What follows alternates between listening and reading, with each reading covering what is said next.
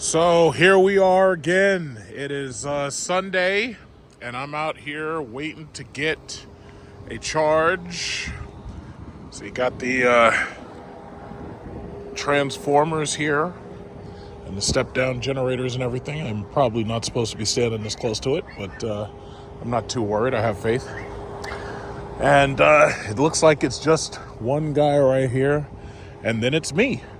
And then I'll be on my way to, other places. So it's a little quiet out here. You just got, 4 Teslas out of 8 doing their thing. There's a car over there. I'm not sure what that is. I think that's a BZ4X or something. It looks like it's either the Lexus, the BZ4X, or the Solterra. The Subaru Solterra. So I'm not really sure. But, yeah, these people here with their little dog, they got their little dog up in there. And, I'm just right here waiting. So it's like what I'm going to do is I'm going to get some car cleaning sprays and stuff. And when I have time like this, where it's just me and it's just a car and there's nothing to do, what I'll do is I'll get my sprays and then I'll go around the car a little bit.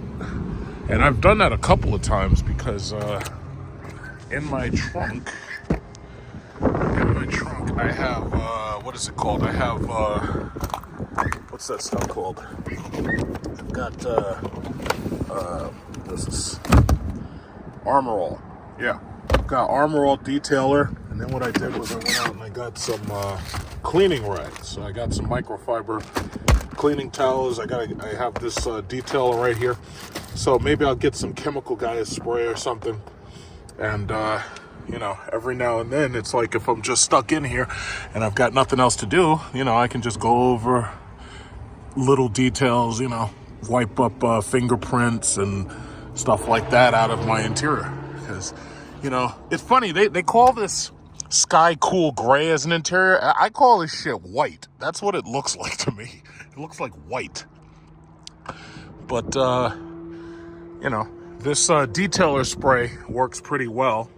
And I'm going to see if there's a different spray that people use specifically on white Teslas. Because thus far, I've heard warm water is fine.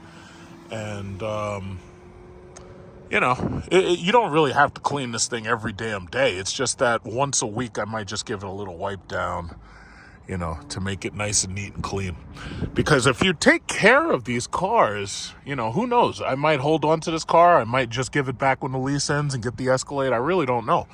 And then they also have a new car called the Viz IQ, which is supposed to replace the Cadillac XT6. And who knows? Maybe I'll want something bigger.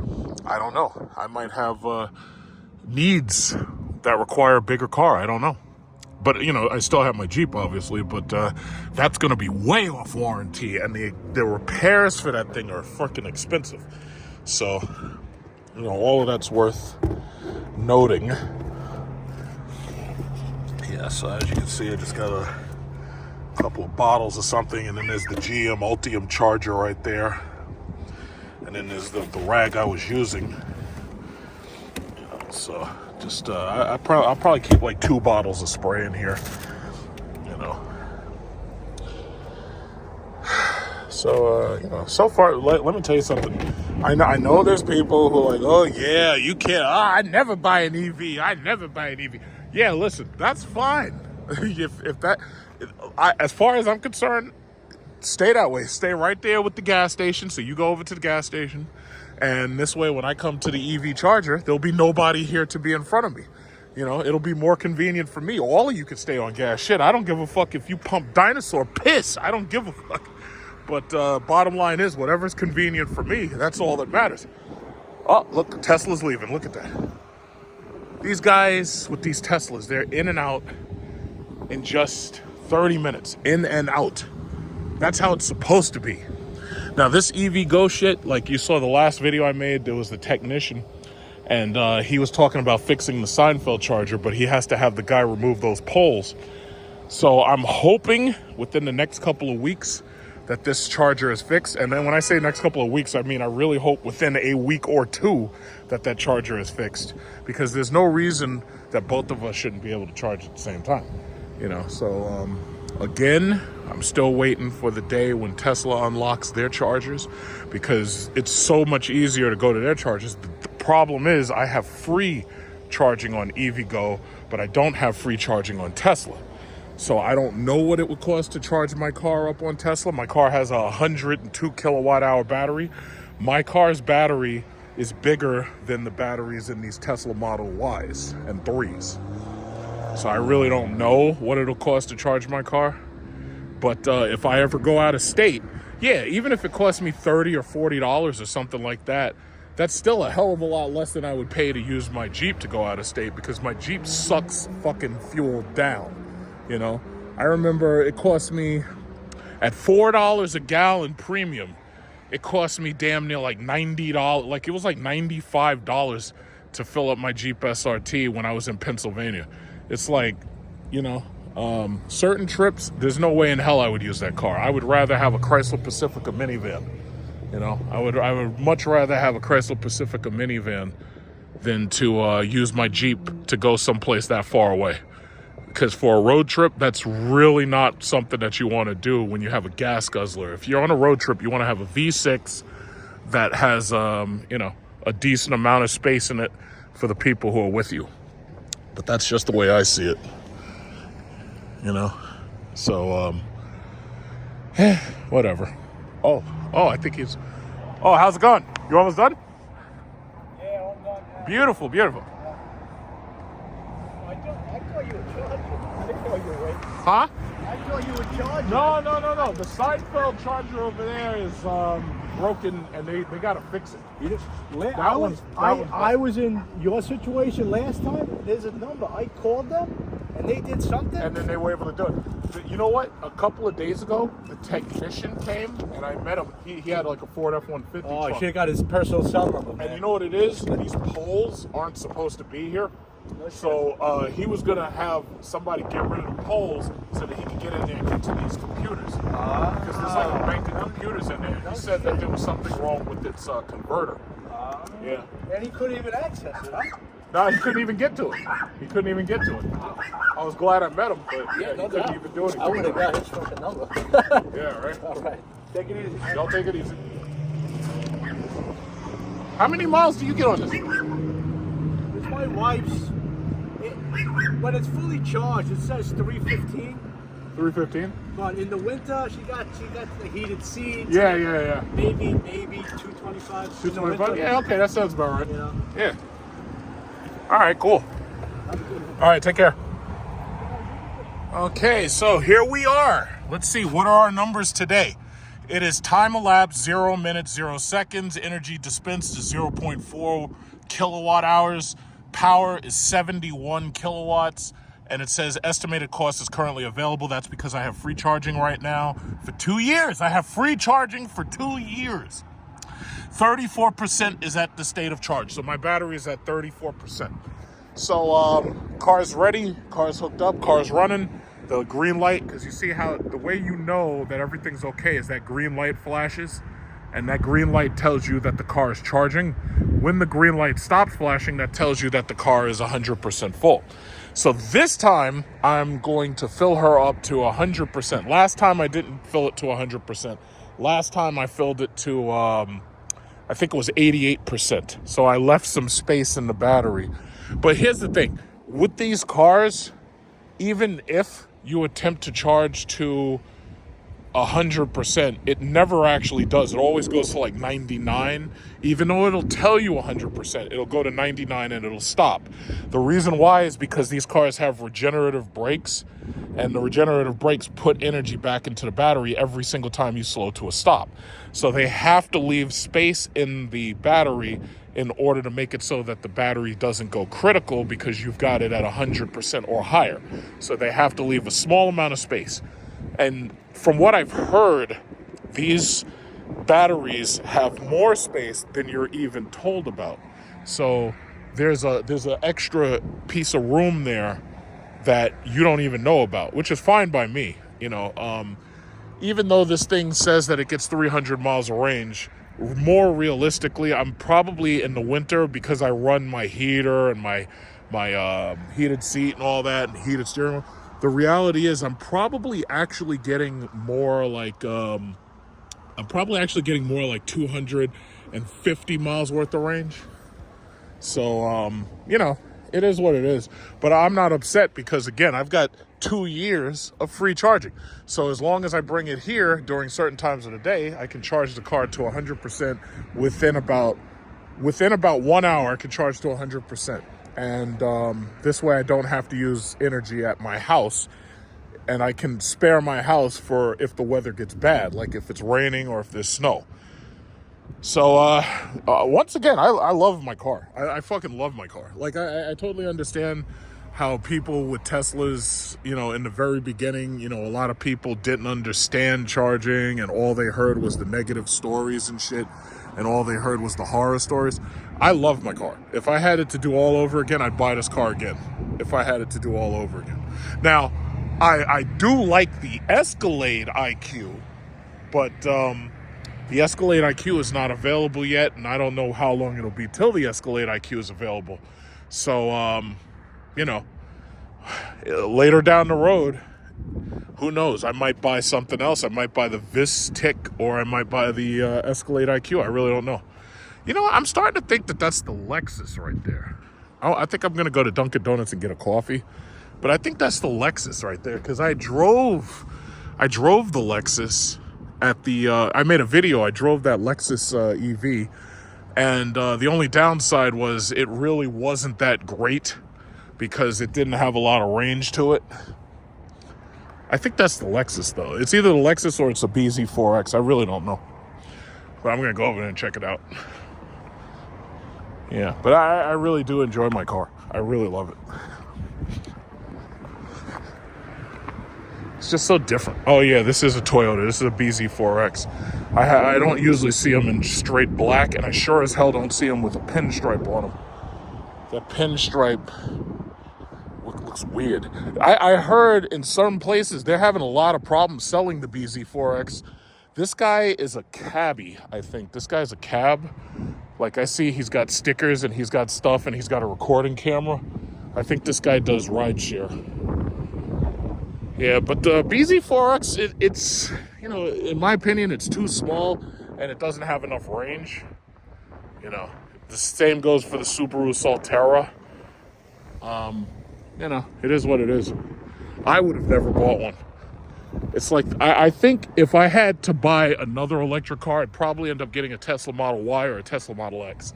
But I wouldn't have bought the S because it's too small. I definitely wouldn't have bought the 3 because it's too small.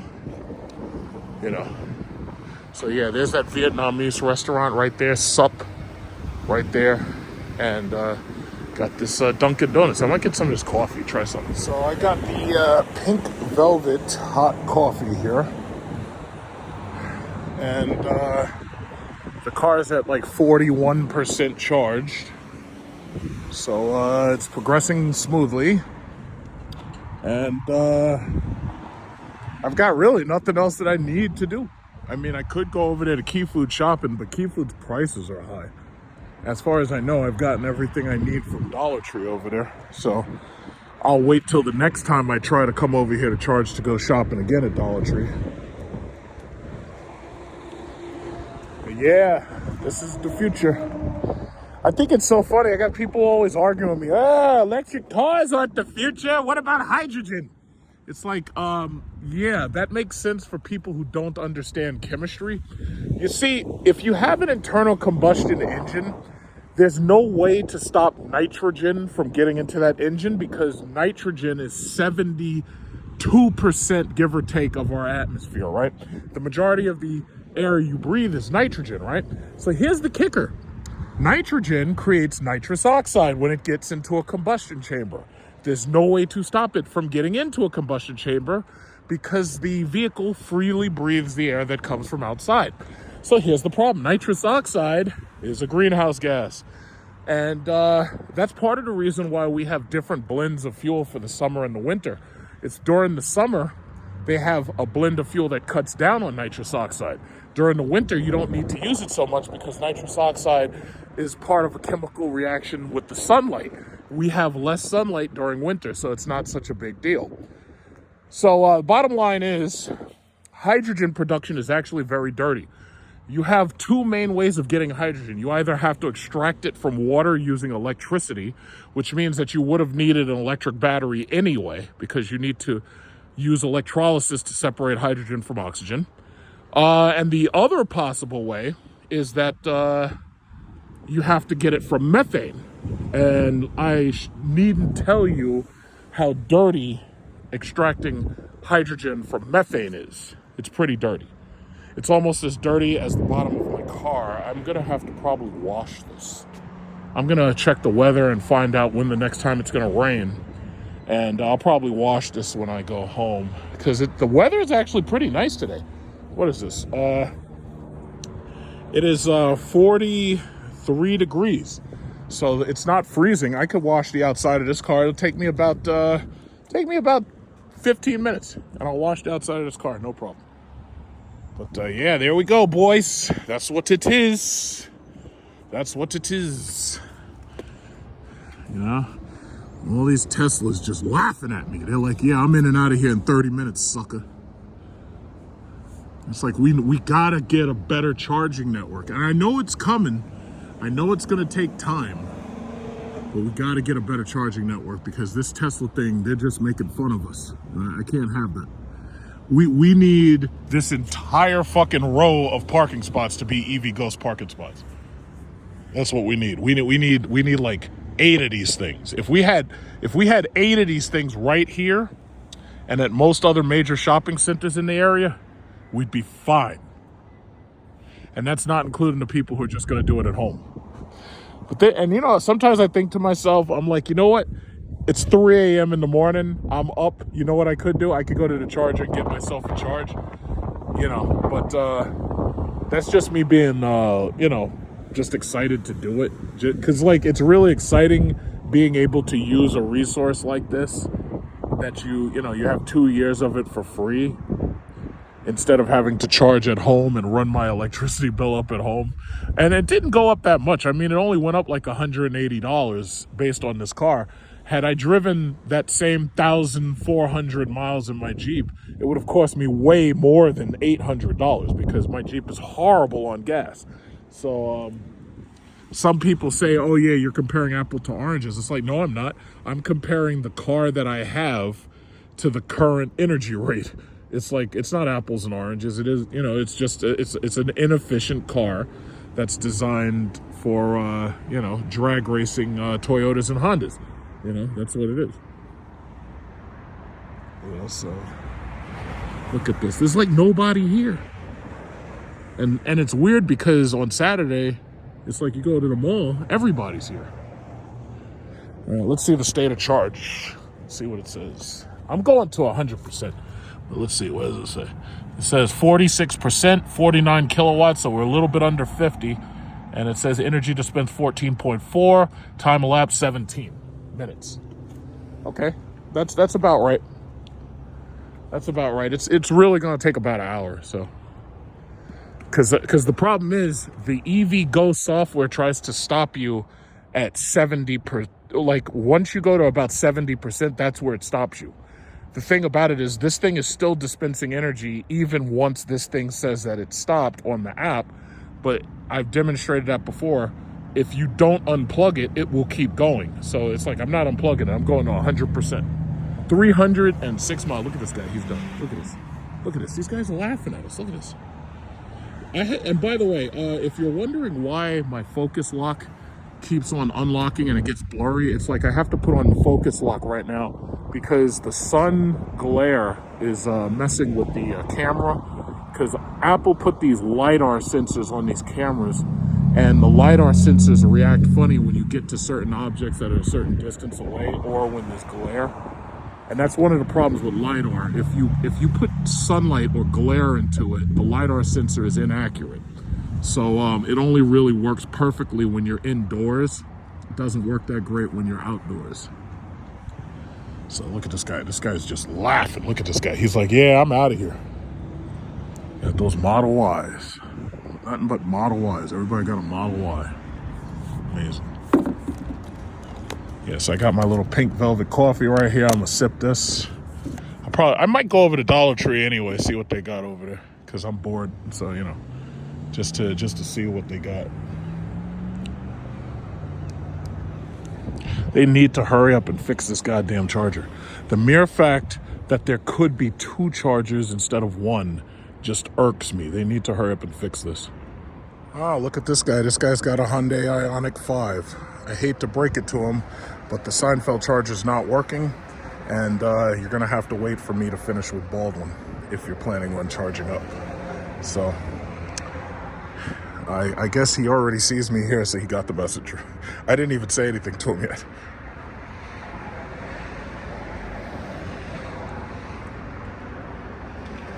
My heart leaps with joy when I pull up to the charger and there's no one there.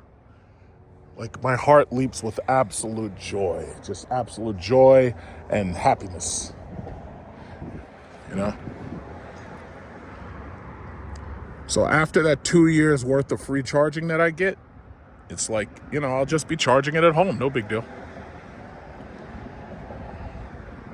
And during the winter months, just so that I can avoid being out in the cold, that's my plan. It's like I'll charge here during the summer and the spring, and maybe even during the fall. But during the winter months, no, I'm plugging that shit into my house. I'm not coming out here. I'm just not doing it.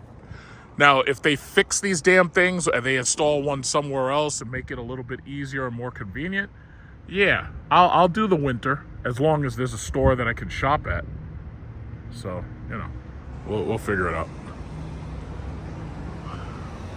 So as you can see, I went to the dollar store and I got one of these little cloth, I guess you could call them a basket, for $1.25 from the Dollar Tree. And I'm using that to, you know, try to keep some neatness in my white interior. And as you can see, this is the Tesla charging station. There's 8 chargers, but there's only 2 people here. At any given time, it's never full here. But as you can see, this charger, Seinfeld, is out of service still. The technician claimed that they're going to work on it, but I think they had a problem getting to the computers because of these poles. And right now, I'm just waiting for my car to finish charging, so I'm at 75%. It was charging at 49 kilowatts to 50 kilowatts, and it says the time elapse is 57 minutes. I am going to wait until it gets to 99%, and then I'll be out of here. So this is the folly of EVgo. You get 2 chargers, and one of these goddamn things doesn't work. So I got lucky, actually. The last 2 times that I've been here, it was either one person in front of me and I was able to just get in. But the reality is I'm waiting for Tesla to open up that supercharged network. I need a piece of that. I see, fortunately, since there's a gas station, that you actually can go over there and you can pump air into your tires and you can clean out your car with the gas station vacuum cleaner. Now, Shell, which is one of the reasons why I invested in Shell a long time ago, I knew that eventually the oil and gas companies were going to start investing themselves into green technology and such and such. Shell has started setting up solar-powered backup EV chargers, and Shell makes it so that some of their gas stations are dedicated to fast charging EVs, which is a brilliant idea.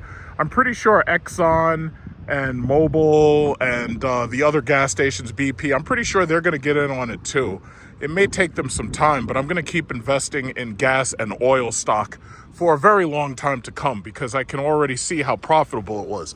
For example, selling off gas and oil stock bought me this car right here. Like, it was amazing that you're going to make profits on gas and oil stock and then buy an electric car. Like, that's just fucking brilliant. Like, only I could have come up with some ironic shit like that. So, that said,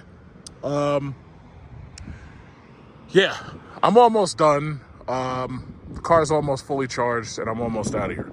So, this was actually very successful, and this was actually very easy. I did change my mind. I went over there, I looked around in Dollar Tree, and I bought a couple of things. I took my sweet time. I think I was in there for like 30 minutes.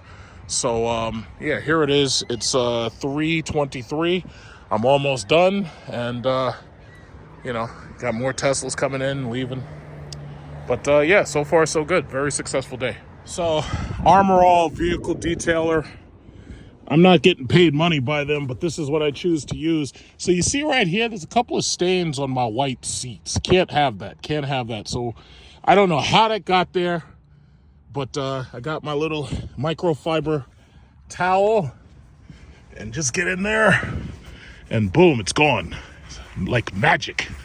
When you got a white interior, and this is one of the issues that I ran into when I was driving that Mercedes S-Class.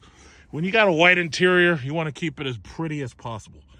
You don't want to you just want to make sure it stays beautiful, because it just makes driving, it just feels so much better when it's nice and neat. But you already know I take care of my stuff. I keep my stuff clean and neat and pretty forever, as long as I can, you know? So yeah, this microfiber towels, you get these. I got a whole pack of them for like $10. I can't even remember where I got it. When I get home, I'm gonna wash this car real quick. So here you got some people right here with the Tesla. They're trying to figure it out, trying to get in there. Let's see, is there any stains? Uh-oh, a little bit of stain there. Get that up, get that up. Yeah, so this is one thing you can do while you're waiting for your car to charge. Get that little dusty dust, and you're good. In the EV Go app, as you can see, it says that charging is complete. It stopped at 1 hour and 12 minutes. 68% battery level is where it claims that the charging session is complete. However, I'm looking at the machine right now, and it's actually up to 86%, and it's still counting down. So if you allow it to simply give you the 58 kilowatts and you stop right there, then that's all you get. But my thinking is, no, it's winter time and my car is using energy basically just to keep itself warm, and I'm charging pretty much to 300 miles range, and I'm not worried about battery criticality simply because the car is constantly using energy. Like, for example, during my 6 or 7 hour workday, the car is probably warming itself or conditioning the battery or doing whatever it wants to do with itself. But when I come back to the car, usually there's about 5 miles to 7 miles worth of range that has just disappeared. So I assume that's because the battery is being preconditioned by the computer. So that's what it is. It says that there was peak charging was like 49 kilowatts for a long period of time. I'm disappointed in the charging speed, because even right now I'm looking at it, it says 86%, but it says it's at 34 kilowatts. You know, I understand that you don't want to fast charge batteries constantly. Every now and then you should fast charge it. It's kind of like giving it a workout.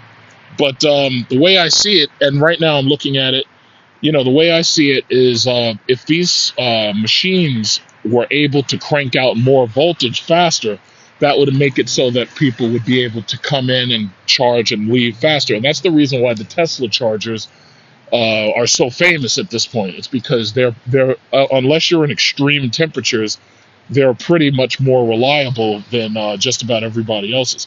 Other than that, I mean, again, these things aren't for everybody. I've said it numerous times. It's like, if you're thinking about getting one of these cars, you really should consider the Cadillac XT5 and the XT6 before you consider getting one of these cars, because you know, electric just might not be for you. I mean, the problem is it's such a nice car, and you hope that the XT5 will be just like the Lyriq, or at least, you know, it'll be a lot like the Lyriq. Hopefully, interior will be about the same. But judging from what they did with the XT4, all they really did was they added the Lyriq's computer screens, and they left the rest of the car basically alone, with the exception of maybe the front bumper. So the question is, when they make the XT5 and the XT6 refresh, the question is, how much are they really going to change? Cherry red Model Y with the dog hanging out. We got the doggy hanging out, and that's a performance model. And if I look right here, As you can see, it's 87%, 1 hour, 16 minutes elapsed, 87% charge. It is still going. Energy dispensed is 61.2 kilowatt hours. And keep in mind, my battery is 102 kilowatt hours, but it doesn't allow you to go all the way up to 100%. It stops somewhere around 99%. It says right now the power is 31 kilowatts. So again, it has slowed down because the state of charge is now at 87%. As you get closer and closer to 100%, it actually, the charges slow down. But what's interesting is this car has the option for the 19 kilowatt charger. So that means that this car can accept more voltage without a problem. I'm actually surprised that this car isn't demanding more voltage and getting more voltage. But I don't know, maybe that's just the state of these two chargers. I haven't used anybody else outside of the EVgo network. And until I actually get a chance to test the Tesla superchargers, you know, it'll be that way for a while, because I really want to see how fast the Tesla superchargers can charge this car. We're at 95% and I'm about to call it quits. And the reason why is because as you get to a state of charge close to 100%, the power drops to 15 kilowatts, right? So it would literally take another 35 minutes to get the last remaining 5% into the car. I'm not going to wait for that. So basically, as you can see, it took 1 hour, 39 minutes to get to 95%. Now that's assuming that you have a 102 kilowatt hour battery. Most of these other cars, including all of these Teslas, do not have 100 kilowatt batteries. They're somewhere around 70 or 80% or something. They have like, I think it's like 79 kilowatt hours or it's 89 kilowatt hours. But for the most part, I know they do not have 100 kilowatt hour batteries in the Model Y or the Model 3. GM's cars like the Hummer and the Escalade IQ, those have 212 kilowatt hour batteries. So it would take twice as long for me to charge this if it was an Escalade or a Hummer as it does for me to charge this car right here. So as far as I'm concerned, I'm done, 95%. I am ending the charge now. I'm going to take this car home and I'm going to get it washed. Well, no, I'm going to wash it myself. I'm going to hand wash the car. So as far as I'm concerned, I'm done. So 1 hour and 38 minutes is not too bad. Unfortunately, all of these Teslas, despite the fact they have a smaller battery, they're getting their charging sessions done in just 30 minutes, you know.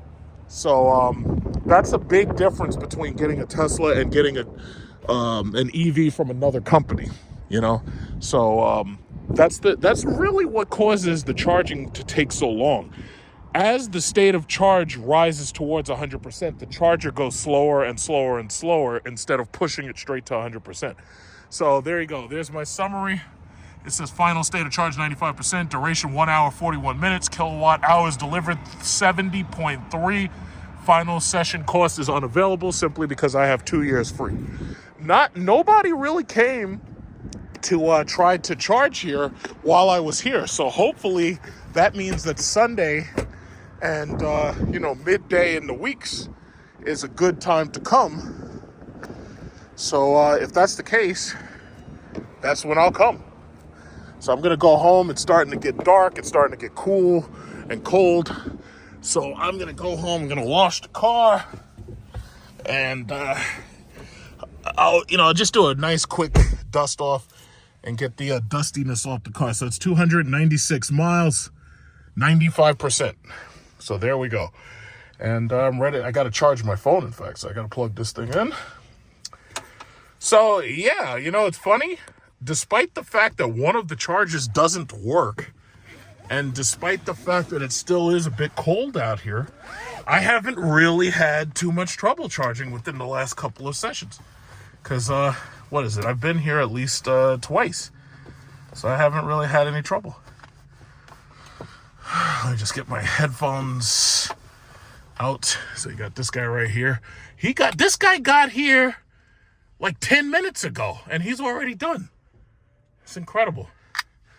And he has an Illinois license plate. Okay. Yeah, so let's get out of here. So we got regenerative braking on and everything else is ready to go. I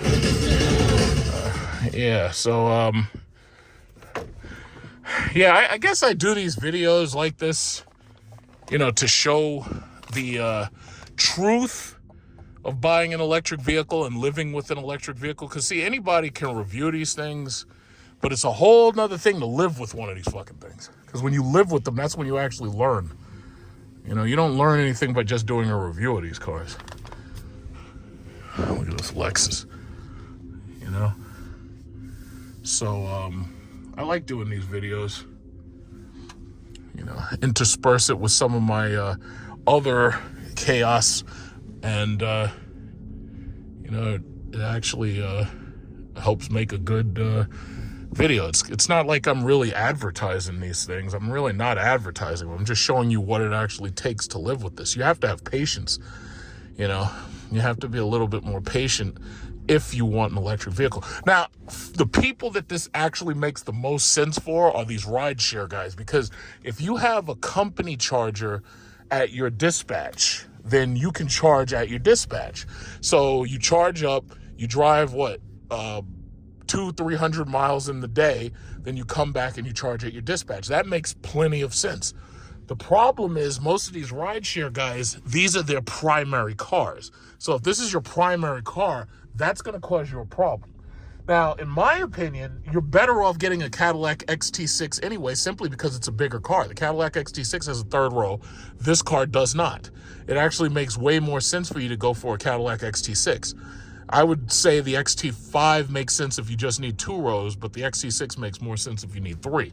Now, why would you get an electric car? Well, if you have a place to charge it and charging is not a problem, because think about it, even if you charge this thing at home, it's going to cost you maybe, let's say $200 or $300 a month. That's a hell of a lot less than gas is going to cost, because I remember when the gas was spiking in price, thanks to the Russia versus Ukraine war, I remember it was so expensive that most of the Uber guys that I was talking to, those guys, I mean, they were complaining. They were like, oh my God, I got to get a cheaper car. And they all had Toyotas and they had Hondas, but they needed something even cheaper than that, because the problem was regular unleaded was like $4 a gallon. So if you think that gas isn't going to spike again, you're out of your mind. Biden's over there blowing up Syria, blowing up everything over there and starting fights with Russia and all that. It's like, if you think gas isn't going high again, oh, you out of your mind. Gas is going right back up. But guess who will not be waiting at them gas stations to pump some goddamn gas? You know who won't? I won't, because I'll be at home in my bed with this car plugged into my house. And when I wake up in the morning, it'll be fully charged while you are waiting at the gas station, and you're hoping that they bring another tank of gas, because people have sucked up all the gas at the BJ's and the Costco, because that's the cheapest place you can go. Other than that, gas is expensive right now. The shit is still $4 a gallon.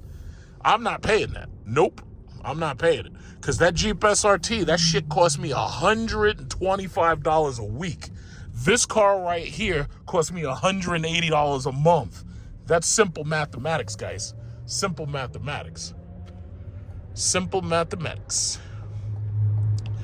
See, and that, you know, it's funny, as you get older and you mature more, you start to understand the reason why these rich people like Warren Buffett, you start to understand the reason why, you know, Warren Buffett's not driving. If I was Warren Buffett, I'd be driving around in a solid gold Bugatti Chiron. But Warren Buffett would never do that, because Warren Buffett buys used Cadillacs, writes them shits off on his taxes, and then barely wants to put gas in the motherfucker. And not only that, he lives in a regular house. And when you mature, that's when you understand. You're like, wait a minute. These rich people are pouring all their money into stocks and bonds and shit, and they would rather buy some stock that pays a dividend than to pay for a gas tank. You know, and you don't understand it because you're not mature enough. But when you get older and you mature, and you be like, wait a minute, that's why these motherfuckers are billionaires and I'm not. You know, it makes perfect sense. It really does. You know, but, you know, it's just one of those things about maturity. Some people don't mature, you know. That's why, let me tell you something. I am thankful that Chrysler, Dodge, I'm thankful all that shit is done and there's no more Hemi engine. You know why? Because when you got all these idiot kids getting enough money to buy one of these fucking cars, and now you got to worry about these stupid bastards trying to get on the road and do takeovers and lock up traffic, or you have to worry about these morons sliding around and Tokyo drifting and shit, just like that Chrysler 300 Hellcat Tokyo drifted his way right into a fucking gas truck. I'm tired of seeing it. I'm tired of people who work hard for what they buy having to worry that somebody's going to rob them at gunpoint for a Dodge Durango Hellcat, like that cop who got killed. There's a Dodge Durango right behind me, in fact. That's what I'm thinking about. But that cop, he gets robbed at gunpoint for a Dodge Durango Hellcat, and they killed him. That shit pisses me off. I would find them and I would execute each and every one of them. That's what I would do. But this government and these laws are weak and puny, and they don't do that anymore. You know, but you work all of your life to afford nice things, and then you got to worry about somebody at gunpoint robbing you or killing you and taking what you earned. And the law has, look at this is Kia Stinger. And then you got to worry about people stealing your shit. You know, it's disgusting. Just so that they could joyride it, because they can't keep it, because they're going to get found out. They can't keep it because, like, they could never afford it otherwise, but they steal your shit and they just get away with it. That just bothers me to no end. So let me tell you something. With Chrysler, I hope every fucking car they make from now on is electric. And if you don't like it, well, guess what? You could take your money and you could go buy something else. But it ain't going to be anywhere near as powerful. You're not going to be able to boast about it. There's no ego. Because Stellantis is European. They don't give a shit about American. First of all, they hate American cars. These are European. This is the Dutch. They don't like American cars. And they keep trying to push these shitty Fiats and these stupid Alfa Romeos and these boring-ass Maseratis. They keep trying to push that stuff on us, and we didn't want it. Americans don't want that. But they don't care. They want to destroy American cars. Now, think about it. All those cars over there are right-hand drive. They got the steering wheel over there. They don't have left-hand drive Dodge cars over there. That's why they hate Dodge cars. It's like they don't care about the American ego. So the bottom line is, whether you believe it or not, the Hemi is dead. I don't care how many fake-ass YouTube guru fakes go, oh yeah, well, they're going to have a Hydra. It's going to be hydrogen-powered Hemi. It's like, that's fucking not going to happen, you moron. That's never going to happen. They're not putting no fucking hydrogen engine out. The best they could come up with was that E85 Dodge Demon 170. And even then, they kept blowing up engines and until they got it right. It's like, they ain't going to be no goddamn hydrogen Hemi. Out of your mind. Not to mention, where the fuck do you see a hydrogen gas station? It's not going to happen. Just understand, it's not going to happen. But no, but they're going to, the Hydra, it's not just the April Fool's joke. They're going to make the Hydra. No, they're not. It's never going to happen. Give it up. So it's just what it is, you know. I'm really disappointed that they didn't make the Dodge Satan. Because if it was me, I would have said, yeah, we're going to make 1,666 horsepower Dodge Satan. And it would be a Dodge Charger with a big supercharger bigger than the engine itself. And people would line up to buy it. People would still line up to buy it because they just can't help themselves. They would absolutely line up to buy that shit. I'd have the Demon, the Satan, the Goblin. Like, oh man, we'd go crazy. I'd bring back the Magnum. I'd call it, like, we had the Dodge Magnum, and that shit would have 1,000 horsepower. And man, that shit would be crazy. But the problem is the regulations aren't going to let that happen. Everything is going hybrid or electric. So don't think, oh yeah, well, no, electric's not the future. Hybrid's the future. No, excuse me. Electric's the future. Hybrid is a stopgap. Like, hybrid is in between the gas engine ICE vehicle and the electric vehicle. But by 2050, oh, you'll see. You'll see all of it. They're going to clean these roads up, boy. They're going to make it so that you ain't, like, it's going to be a crime to own one of those cars. You're not going to be able to have it at all. And the funny thing is, 50% of the world's electricity comes from coal. You know, in fact, even in America, I believe 50% of America's electricity comes from burning coal. So basically what you have is point source pollution. Why is this guy driving so fucking slow? But anyway, you have point source pollution in the form of coal, you know? So, bottom line is, you see all these trees and everything? The trees love carbon dioxide. We don't, because it actually kills us, but the trees love it. You know, so I'm not worried about a little greenhouse gas. I didn't buy this car to fucking help the planet. The planet's gonna be around long after I'm dead. In fact, the planet's gonna be around long after the last human's dead. The planet's gonna shake us off like a bad case of fleas. I'm not worried about Earth. Earth will be fine. And when the sun burns up its hydrogen and goes into the red giant phase, it's going to roast the Earth. The Earth, Mercury, Venus, all three planets are going to be roasted because the sun is going to expand. Because instead of burning hydrogen, it's going to be burning helium. It's going to get bigger. It's going to roast the whole fucking planet. So while y'all trying to save the planet, letting these fucking Democrats tax you and shit, look at this guy. Look at this guy. His BMW conked out right there. Yeah, but while y'all are trying to save the planet and everything, the sun is getting ready to roast this motherfucker. So if you're still around, which you're not gonna be, you're gonna get roasted. Just understand it. Your children's great grandchildren are gonna be evacuating the planet because it's about to get roasted. And that's a scientific fact, because the sun is in its main sequence right now, and it's going to go into the red giant phase. After the red giant phase, it's supposed to turn into a white dwarf, but before that happens, it's going to roast the inner planets, all of them. Let me turn on this cruise control super cruise, because I don't feel like driving no more. Look at this. That guy's driving all slow and shit. Look how long it took him to get there. Yeah, so that's it. This is the future, guys. This is the future. It's all going to be electric. It's all going to be electric, folks. All electric. I know you don't want to believe it, but it's all electric, folks. This is the future. This is the future. There's no turning that back. These auto companies have settled on the electric vehicle as the future. Now, they're going to have to work out a number of problems and disadvantages and shortcomings. Heavy vehicles, because of these batteries, the vehicles are heavier. They're going to have to work all that stuff out. But over time, technology will do it. You know? Don't be a Malthusian Luddite. You know, there was an argument between Malthus and Boserup. Malthus believed that humans were just going to, kill themselves off. But Boserup believed that technology was going to improve in order to help the human race continue. Right up until you get roasted by the sun.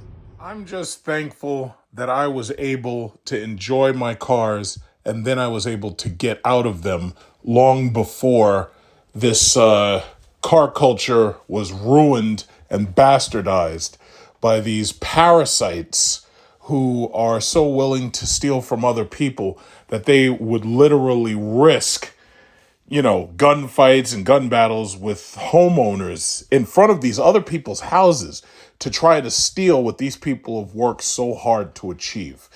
So once again, I personally, I like to get in and I like to get out. I don't like to stick around with anything too long. These car clubs have been bad news from, for a very long time. Some of these car clubs where they start that nonsense, that takeover bullshit, and they do ridiculous things like, burnouts and stuff in the middle of roads and everything with no regard for the public and everything. It's like, it's no surprise what's happening right now is happening. It's like Chrysler is pretty much dead. Stellantis does not like American cars. Stellantis does not care about the American car ego. I give Dodge, FCA, I give them probably whatever's left of FCA, I should say. I give them about 10 years before Stellantis decides to cut them off because they're no longer profitable. Moving to EVs and moving to microtransactions, that's really going to hurt them really bad. And that's the whole thing. The average one of these people who buys one of these cars, these people are parking these things outside of apartments and outside of their mama's house. These are not mostly homeowners. The crowd that's been attracted to these things, I'm talking about the parasites who are stealing from other people, carjacking, robbing, stealing stolen parts and this, that, and other. These people can't even hide these things on the street without getting them stolen. And that's not counting the people who are doing insurance fraud and claiming that these cars have been stolen because they can no longer pay the bills on them because they're too expensive. I mean, $1,000 a month or more, they'll sign anything at the dealership, but once they get the things home, they can't even pay the damn bills on them. And then that's not even counting how dangerous these cars are. These cars are extremely dangerous. You got people turning off the electronic stability control for no good reason, and they're doing it in the rain and snow. And then they act surprised when the car goes and sideswipes something else or spins off and they can no longer control it. Chrysler stepped away from SRT. They used to call it street racing technology. They basically backed off from this because they already know the culture was bastardized. Instead of, Fast and Furious, they called it the Brotherhood of Muscle. It became the Brotherhood of Mayhem or the Brotherhood of just ridiculousness. It's like, it's over. It's really over. And with no more V8s, people won't be able to show off. No more flexing. Everybody's going to have a damn hybrid or they're going to have an electric vehicle. And that's it. So the people who think that, oh, yeah, I'm just going to drive my old car around. It's like, no, these states are going to pass legislation in order to make sure that doesn't happen. They're going to tax you up the ass to make sure that doesn't happen. And they're going to send you tickets in the mail for your loud exhaust. So the bottom line is, it's like it's come to an end. Good riddance. I know it's hard for you to see it, but look at that. This guy got a Honda Accord and somebody stole the goddamn wheels off this dude's car. So here you are in the morning waking up. This poor woman woke up and is trying to drive her child to work. Somebody stole goddamn fucking wheels off her car. That is just a shame. It's absolutely a shame. That is just horrible. Tell me why. Fuck you. Get the fuck away from me. Yes, it does. Tell me why.